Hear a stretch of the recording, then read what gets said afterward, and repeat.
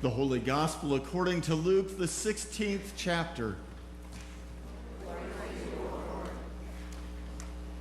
Then Jesus said to the disciples, "There was a rich man who had a manager, and charges were brought to him that this man was squandering his property. So he summoned him and said to him, 'What is this that I hear about you? Give me an accounting of your management, because you cannot be my manager any longer.' Then the manager said to himself, 'What will I do now that my master is taking the position away from me? I am not strong enough to dig, and I am ashamed to beg. I have decided what to do so that when I am dismissed as manager, people may welcome me into their homes.' So, summoning his master's debtors one by one, he asked the first, 'How much do you owe my master?' He answered, 100 jugs of olive oil. He said to him, 'Take your bill, sit down quickly, and make it 50. Then he asked another, 'How much do you owe?' He replied, 100 containers of wheat. He said to him, 'Take your bill and make it 80. And his master commended the dishonest manager because he had acted shrewdly. For the children of this age are more shrewd in dealing with their own generation than are the children of light. And I tell you, make friends for yourselves by the means of dishonest wealth, so that when it is gone, they may welcome you into the eternal homes. Whoever is faithful in a very little is faithful also in much, and whoever is dishonest in very little is dishonest also in much. If then you have not been faithful with the dishonest wealth, who will entrust to you the true riches? And if you have not been faithful with what belongs to another, who will give you what is your own? No slave can serve two masters, for a slave will either hate the one and love the other, or be devoted to the one and despise the other. You cannot serve God and wealth." The Gospel of the Lord. Praise to you, O Christ. You may be seated.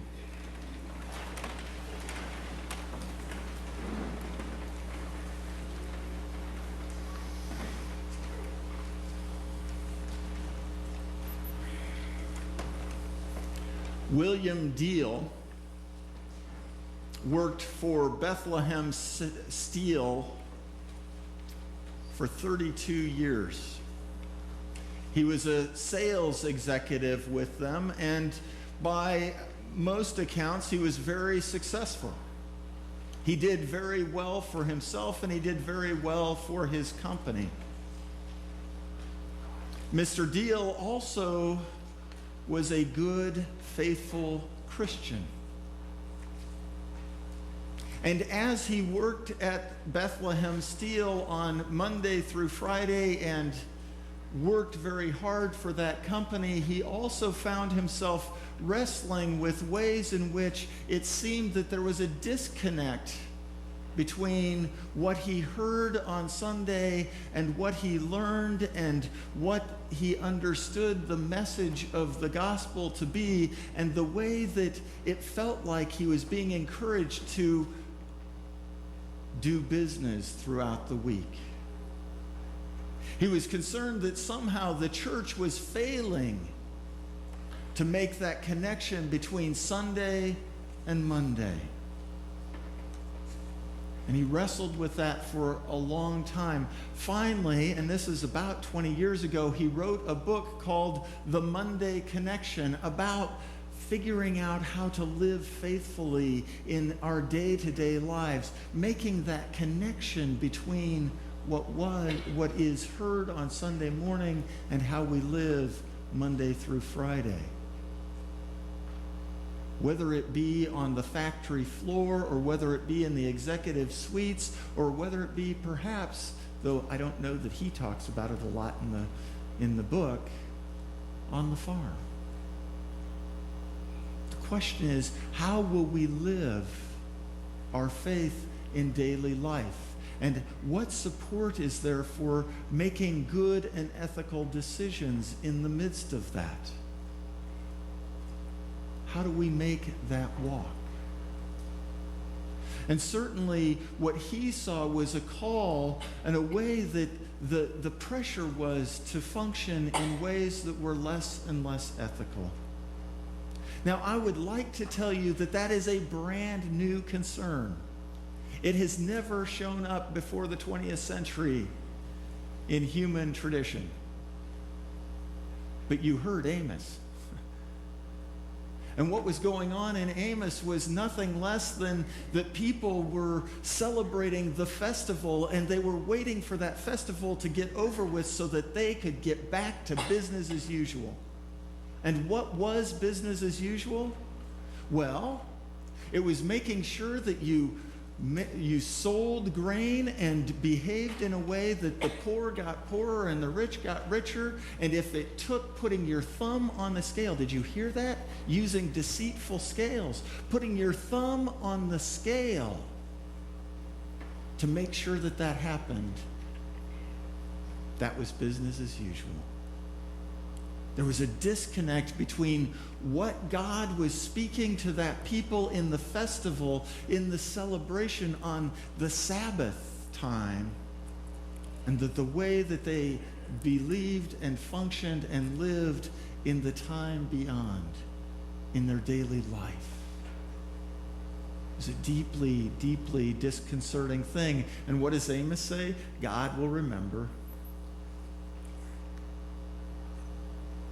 In the midst of that, God is calling, Amos says, for us to pay attention to those who are weak and vulnerable and poor. But it isn't because God doesn't care about those who have more. In fact, it's precisely because God cares about all people that God raises this concern. Because indeed, how we treat one another, whether we have a great deal or we have little, is indeed an issue of great concern and spiritual health and well-being. And God cares deeply. Now we have to remember that in that time that Amos was preaching, and even in the time that Jesus was teaching, there was a way that the economy worked, the way that people understood the culture, and we need to get clear about this. In that time, there was a sense, there was an understanding that people who experienced magnificent wealth had to have done that by stealing and cheating and otherwise causing problems for others. In other words, that wealth is amassed at the expense of somebody else. It's important for us to remember that as we're listening to Amos call them out for that behavior. But I think it's also important as we listen to the parable that Jesus teaches today. If you listen to that parable and you found yourself thinking, what? You need to know you're not alone. But first, let us back up. Let us remember what's been going on before this. Jesus has been teaching and preaching and offering healing, and he is on his way to Jerusalem. And as he makes that journey, all these people are attracted to his message, attracted to what he's doing. And when we say everyone, we mean everyone. In fact, there were sinners and tax collectors and scoundrels of every kind who were coming. And you know what? Jesus even allowed them eat dinner with him. And when he allowed them to eat dinner with him, what happened? The scribes and the Pharisees were saying, who is this Jesus? What's he doing? He's a problem. And in light of being aware of that grumbling going on, Jesus taught 3 parables. We heard the first 2 last Sunday. Do you remember? The first was the parable of the lost sheep.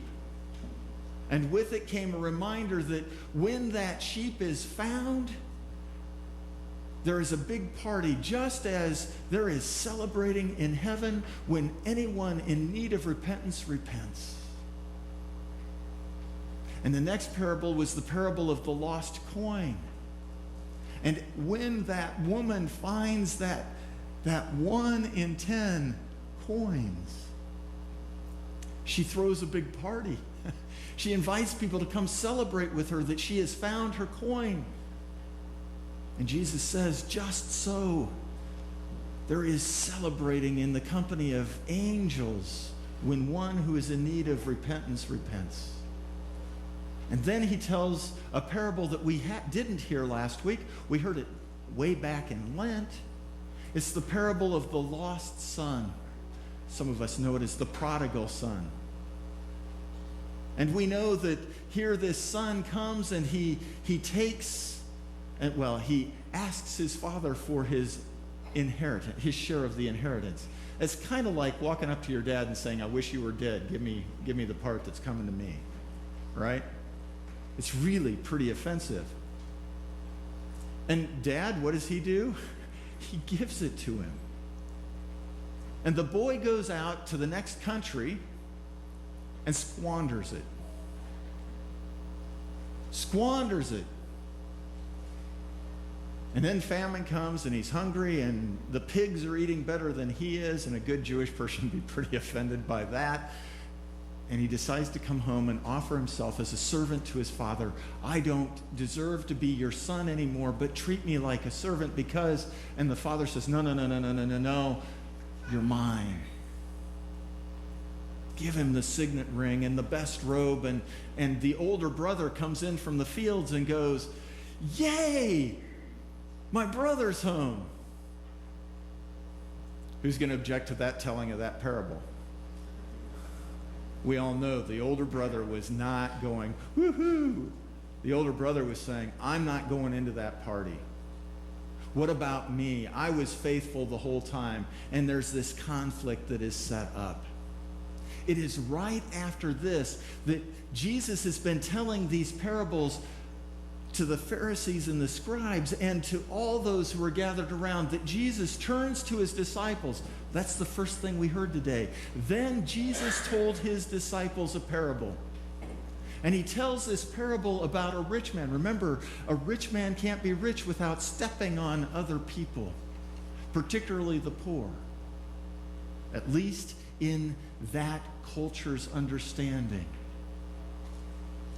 It's important to remember, I'm not talking about today.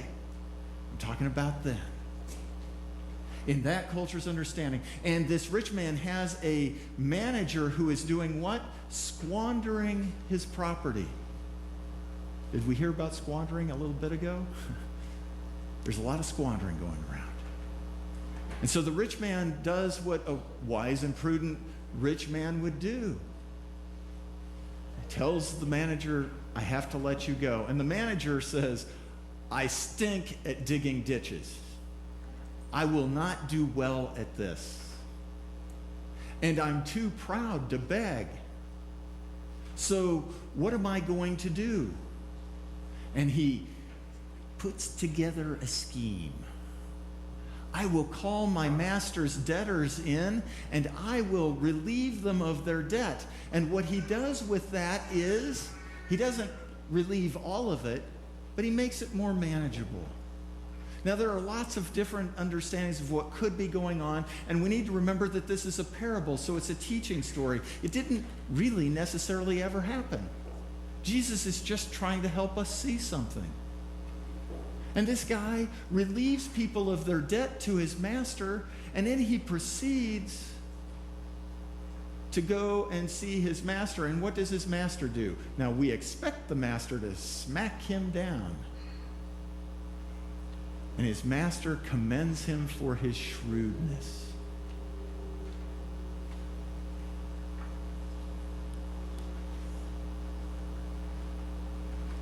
This is the point where we collectively said, what? What is going on here? Now, if you're confused by this parable, trust me. I read this parable with at least 4 different groups in this congregation and in this community throughout the past week, and we all had that experience. So you're in good company. We've all been wrestling with it. And if you go and you read all the Bible scholars of the past century or millennia even, ever since Jesus told this parable, people have been scratching their heads and saying, not quite sure what this means or what to make of this. In fact, David Lowes, who is a professor at Luther Seminary, suggests that even Luke had a hard time figuring out how to interpret this parable. And what Lowes does is he points, and I'm going to pick this up and I'm going to read it because sometimes my memory doesn't work that well. What he suggests is that there are 4 interpretations that we heard in the reading today. The first is that the children of light need to be or to act more shrewdly. We should be more shrewd. The second is that Christians should make friends by dishonest wealth.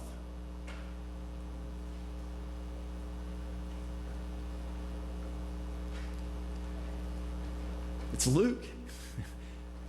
The third, if you're not faithful with dishonest wealth, who will trust you with the true riches?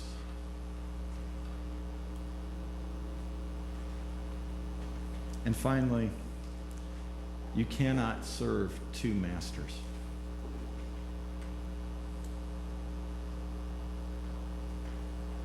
What starts to emerge as we listen to this parable is a notion that somehow our lives and our livelihoods and our being is so interconnected with everyone that indeed relationship is kind of the first concern. The shrewdness of this dishonest manager is really about making sure that, what did he do? By relieving the debt of those people, he created a new kind of relationship with them where he was no longer an agent of his master,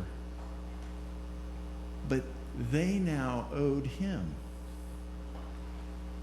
And in a client-patron relationship, he is now their patron, and they will have to receive him into their house. He has worked the system to his benefit so that he won't have to go out and dig ditches or beg.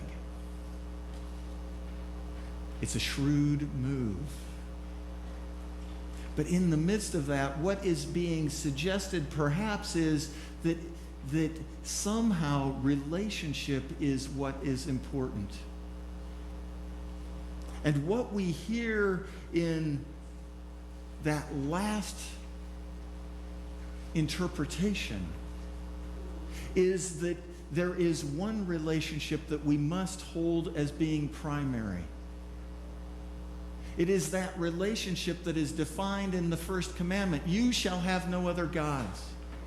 It is that relationship that when Jesus is asked, what's the first and primary commandment? He says, you shall love the Lord your God with all your heart and with all your mind and with all your spirit, with your whole being. And you should love your neighbor as yourself. The second one is like it. Relationship is the key.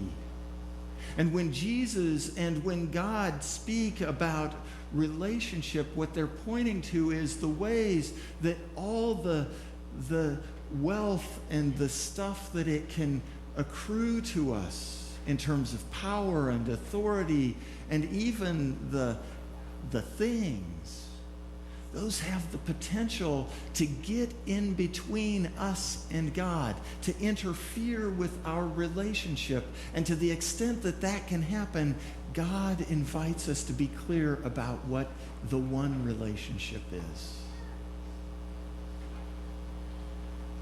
And so when we're talking about care for the poor and care for those who are on the margins and those who are in any kind of need, what we're talking about is caring for them precisely because when we don't, we are spiritually at risk because we may be putting our trust in the wrong places. And we may be forgetting that the first relationship to pay attention to is relationship with God and God's love for us.